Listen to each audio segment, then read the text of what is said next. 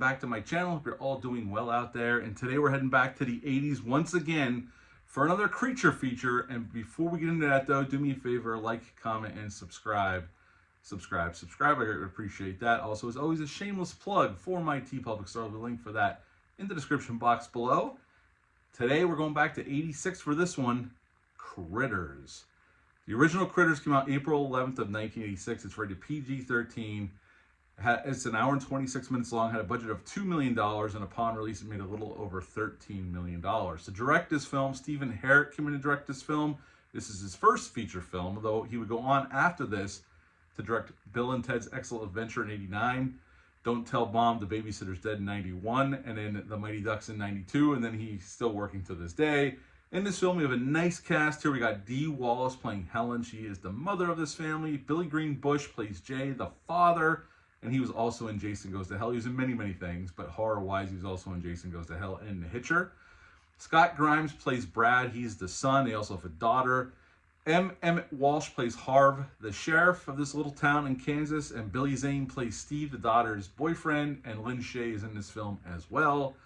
And pretty much this film is, there's this prison asteroid in space, and the critters escape and go to Earth. We're introduced to Helen, Jay, and Brad, and the daughter set up their farm in Kansas in this little town. The critters crash land. Two bounty hunters, alien bounty hunters, come down to Earth to help hunt them down. And pretty much after that, we get creature feature action featuring these guys, done by the Kyoto brothers. And the bounty hunters get to Earth. They they kill all the critters, although at the end there's a stinger. We see some eggs in the chicken coop. And that is pretty much the end of Critters. And we get a happy ending, even though the family's house was blown up. Brad was given this device by the one bounty hunter, and he pushes a button, and his house reconstructs itself. But that's a reshoot. That is not how the movie originally ended, and we'll talk about that in a second. So what to like about this film, the original Critters, which I'm going to review the first 4 Critters. I have the Scream Factory box set. It has the first 4 Critters movies, so we're going to go through all 4 of them over the next couple, probably next month or 2. We're going to go through the whole Critters, well, first 4 Critters movies anyway. And I haven't seen 3 and 4 in forever. I've seen 2 fairly recently, but 3 and 4, it's been a very long time, so we'll see how I feel about those. This one, though, has a great cast. I mean, Dee Wallace was coming off of E.T. We actually have a cameo by a stuffed E.T. in this movie, which the critter bites his head off, which was actually in the script, by the way. That wasn't like a last-minute thing on set. It was actually in the script.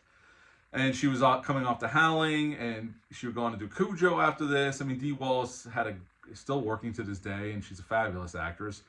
And Billy Green Bush is great as the father. I mean, he's been a character actor for a very long time, did a lot of Westerns back in the day. I think the whole cast is great here. So the cast, they knocked out of the park. I like the effects by the Kyoto brothers. I think the critters look really cool. And obviously, this gets accused of being a Gremlins ripoff. Like, Ghoulies was considered a Gremlins ripoff as well. But what they say is the script for this was written in 1980. So it was actually written before the Gremlins script. And it was purchased or picked up by these producers to try to find funding to make this around the time Critters or Gremlins was released. And then once Gremlins was a huge hit, Bob Shea New Line gave them the $2 million and they went off and made the movie. But supposedly the script was written before Gremlins came out. So, you know, anytime you have a big movie like Gremlins or like Jaws in the 70s, you'll get movies like Grizzly or Piranha, stuff like that. And after Gremlins, there was a lot of little creature feature stuff, like PG-13 creature feature movies. But I do think this is one of the better ones that came out after Gremlins. I've always enjoyed this one. It's one I used to watch on TV a lot. Matter of fact, this is one of the ones that used to be on WPIX 11 in New York at Halloween for their Shocktoberfest. So I watched this quite a bit as a kid, this one and the second one, which we'll talk about next, because the second one came out in 1988, 2 years after this one. Again, the effects look great. The Kyoto brothers do a great job with not very much money. We'll get into that. I think the acting, the way it's shot's fine. The score's good.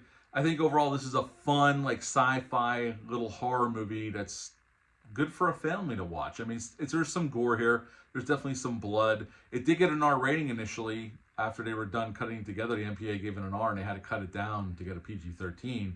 And Bob Shea wanted them to get a PG-13, so they were kind of stuck doing that.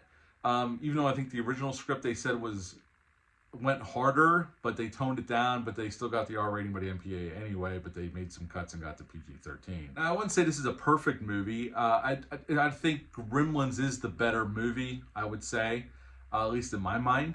But I think Critters is a pretty damn good, solid creature feature, and it's a lot of fun. The logo on the back of the father's bowling shirt was a parody of the Ghostbusters logo, just playing off of that. Brad's cat in the movie is named Chewie, obviously a callback to Star Wars. The Critters effects, the Kyoto brothers did not have a lot of money. Now, this was a lower budgeted film, it was $2 million. And they do pull off a lot of cool effects for that $2 million. I mean, they got that giant critter later on, which is the first time it doesn't reappear in the sequel, where one is as big as a human. But they only had $100,000 to build all the critters. So they did a lot of work with not a lot of money. And the Kyotos would go on to do Killer Clowns from Outer Space, which became a big cult hit. And I think they do really good work here. For not a lot of money, they knocked this out of the park. I love the glowing red eyes, the teeth. I like the way they move. I think they did a really nice job.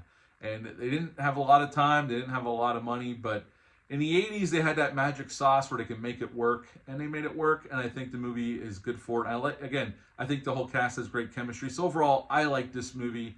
It's a solid creature feature from the 80s that I grew up with. I do have nostalgia for it, but watching it again, I think it holds up pretty damn well as a solid creature feature. So I would give Critters, the original one, an 8 out of 10. 8 out of 10 for Critters. What would you rate this movie? Leave a comment down below. Let me know. Hit the thumbs up, hit the subscribe button, share this video. I greatly would appreciate that. That's it for this review, but until next time, bye.